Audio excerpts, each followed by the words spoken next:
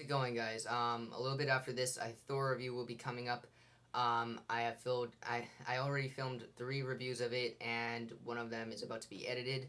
And I'll get it up as soon as possible. I did it in South Carolina, so I didn't have internet access, but whatever. Now, this is the prequel to the X Men series. I'm not the hugest fan of the X Men series. I don't know the most about it, but I wanted to watch the first 4 movies before I saw this one, just to kind of catch up, even though this is the prequel, explaining what happened. I still wanted, to get more familiar, but I couldn't. So I saw the first one about like 10 years ago when I was like 7, and from what I remember, it was good. Like I said, it was 10 years ago. I really can't remember it that much, but I remember liking it. Second one, I really can't judge because I saw that also when it came out in theaters, which was almost 10 years ago. And I remember being bored with it, and I think I fell asleep in the movie theater. But I am sure when I rewatch it that I'll really like it. The third one I also saw in theaters, and that was pretty good, I think. It wasn't the best, but it had some really cool action scenes, and I thought the superheroes were really executed well.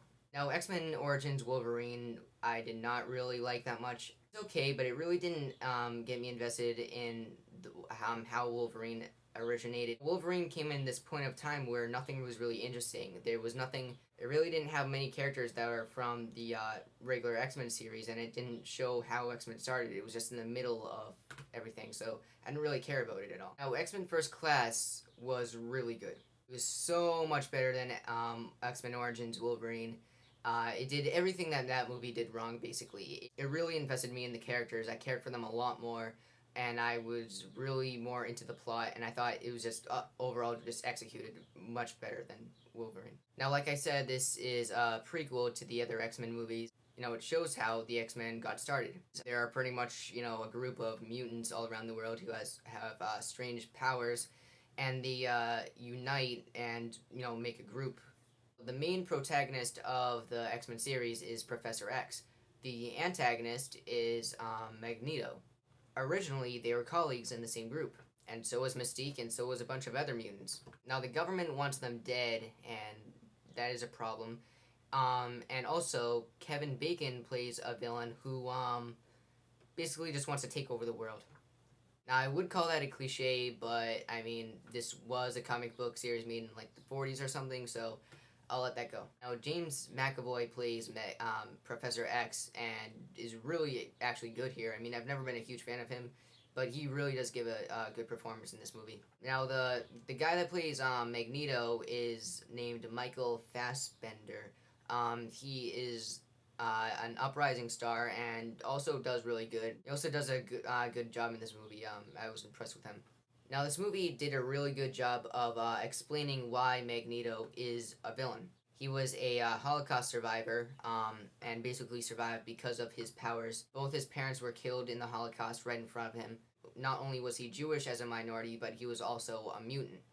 Now, Professor X, Charles Xavier, was kind of like that too, kind of like abandoned, but they both have Magneto and Professor X both have both have different ways of dealing with their mutation. It's pretty much like Malcolm X and Martin Luther King.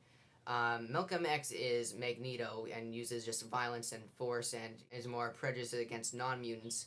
And Professor X is more about solving the situation, with just peace. And I'm not going to give it away, but something kind of makes them part in those separate ways and makes one a hero, makes one a villain. Now, I had no idea that Mystique was this old. She's played by Jennifer Lawrence, who does a very good job, and she was pretty much a sister to Professor X, which really interested me. I really just knew Mystique as just kind of like a side minion for Magneto. And we see a lot of other mutants come in, and one surprise cameo. And that's also the thing. Throughout this movie, like, I do know the characters as like icons and stuff, but through watching it, I'm seeing Professor X, Magneto, Mystique, Beast, and a bunch of other people in the same league, and I looked at them as not their characters in the other movies, but their characters in this movie. Not one time did I look at Mystique and think Professor X's henchman. Same thing with everyone else. I looked at Professor X and Magneto as friends, not the kind of people they were in the other X-Men movies. That's really how well executed this movie is, and really well acted. Like I said, Kevin Bacon, January Jones, Rose Byrne, who's been in like 3 movies in the past 3 months, and Zoe Kravitz, that's Lenny Kravitz's daughter, and of course other people.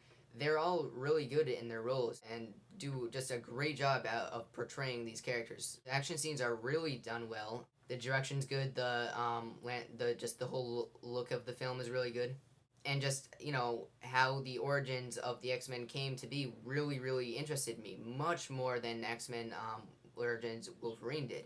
When watching Wolverine, I didn't care about any of the characters. I really didn't care about the other characters. There was nothing really that interested me. This movie did such a better job at involving me and getting me interested of how this stuff started. This is definitely the best X-Men movie I've seen, behind the third one and maybe the second one if I rewatched it again. But I definitely recommend you to see this. It's the best summer movie I've seen so far. One of the best movies I've seen this year. So definitely check this movie out. I'm giving it an 8.5 out of 10. I also saw Bridesmaids and see that definitely that's the best. That's one my favorite movie of the year, I think. I also saw The Hangover 2. I might do a review on that. I'm not sure, but I don't recommend you to see that. And yeah, so hopefully I'll get my Thor review up after this. So bye.